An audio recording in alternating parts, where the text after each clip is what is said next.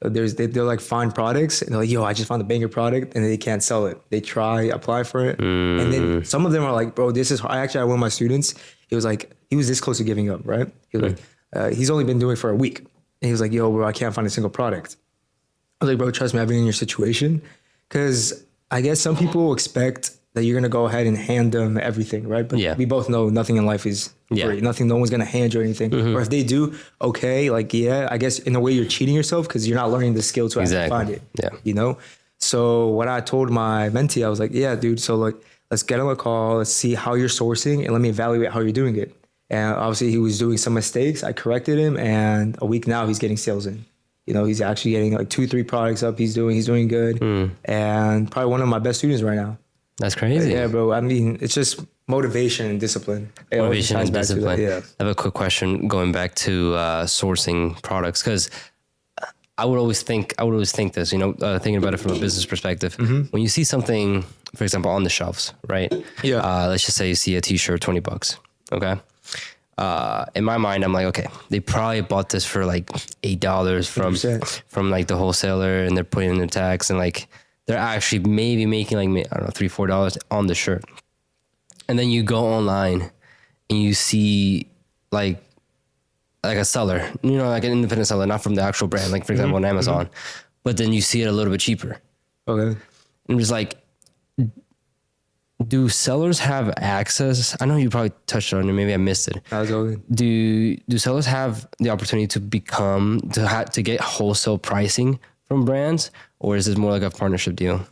So let me dim out like this, right? So what I focus on right now is something called arbitrage. Okay. So retail arbitrage, online arbitrage. Basically, retail arbitrage, I'll go to like a discount store, let's say Ross or Marshalls. You know what Marshalls is? I'll buy candy that's there that I can sell. Yeah. I'll buy like these chocolates for $5 and sell them. I'll be able to sell them online on Amazon. That's arbitrage. Yeah. Same thing online. Instead of going in person, I'm just doing it online. Yeah. Orders online, products online, they come to my house, easier for me, right? And then the next step is wholesale. So wholesale, you would actually, there's 2 ways to go about it that I know of. Okay. I think one is you actually go ahead and, let's say, reach out to Hershey's, the chocolate brand. You reach out to them, but your chances of getting accepted by a big time brand like Hershey's are very slim. Very slim. Basically nothing. Exactly, right? Or you could go the other route where you reach out to these wholesalers who have access to Hershey already, because they're big wholesalers, right? And they give you their catalog, their items, and you can go ahead and buy through them. But there's something called an MOQ, right? So it's not like you can just buy like 10, 20. You got to order at least like bulk. Yeah, big. I mean, it's wholesale, right? A big amount, which costs more capital. Obviously, you're going to end up spending maybe like $2,000 to $3,000 on just one product. Okay. So I think that's the wholesale part. Then after wholesale comes brand direct, which is, in a sense, just working, like you mentioned, one-on-one with the actual brand. Okay. That's also pretty hard to get into. Yeah. But I mean, there's thousands and thousands and hundreds of thousands of brands. You could go ahead and, you know, maybe apply with like a smaller brand that's getting some sales in and be like, hey, I would like to sell your product. Can we work a brand direct deal out?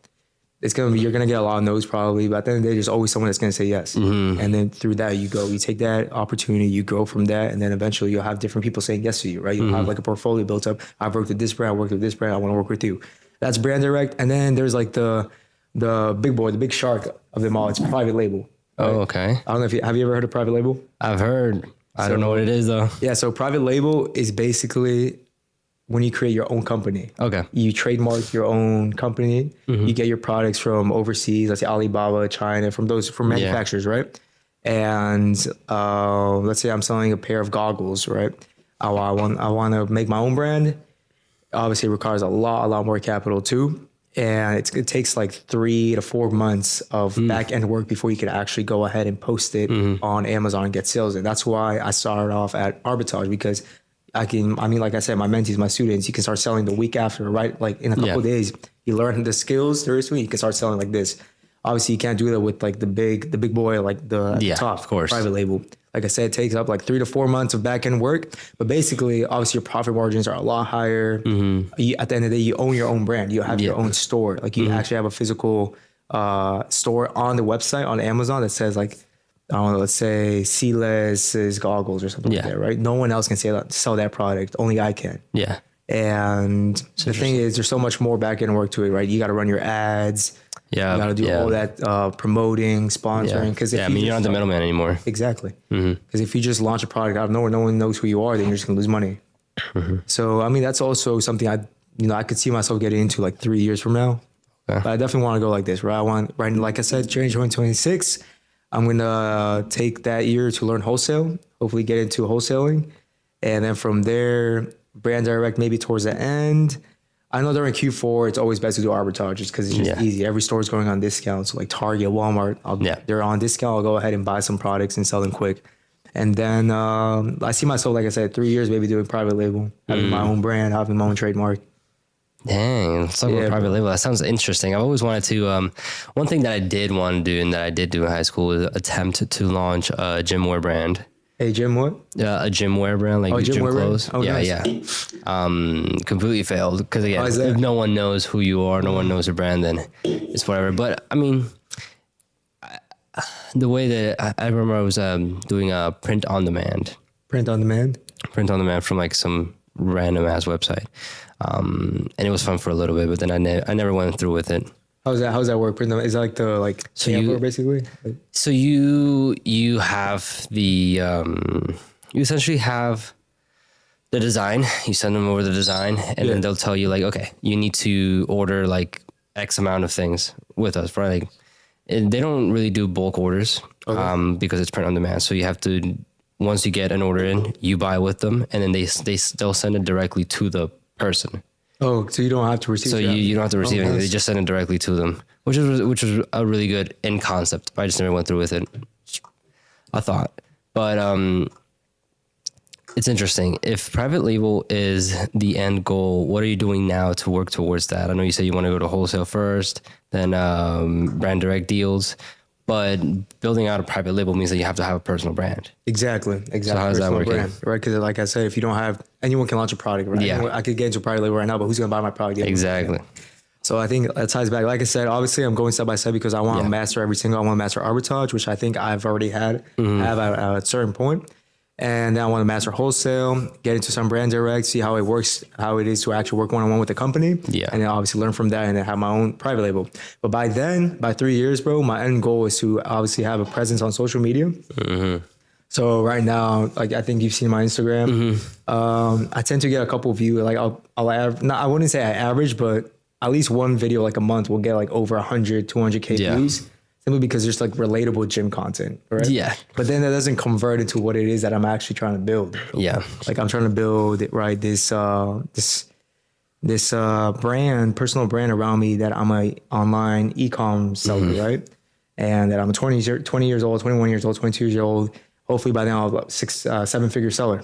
And just show people, my end goal is just to show kids who are just like me, that it's possible, right? Yeah. That you just, like I mentioned, you put your head into it, you learn everything there is to it, literally go ghost for like 3-4 months, as corny as it sounds, and then just learn everything there is, the back ends to, and whatever it is, whether it's Amazon, whether it's some sort of other online business or actual business, just learn everything there is to it and make it happen. Yeah. Right? Actions speak louder than words.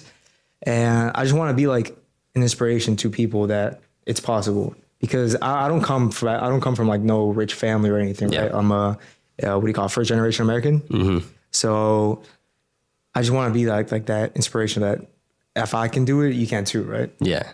So what I'm doing towards like right now to reach that goal of having a good PB, personal brand, is I'm trying to post every single day. Don't get me wrong, social media, I guess it's like sometimes like you have the motivation out of nowhere, like you just don't know what to post. Yeah. And then I'm like, I don't know what to post, but I gotta get something out there every single day, right?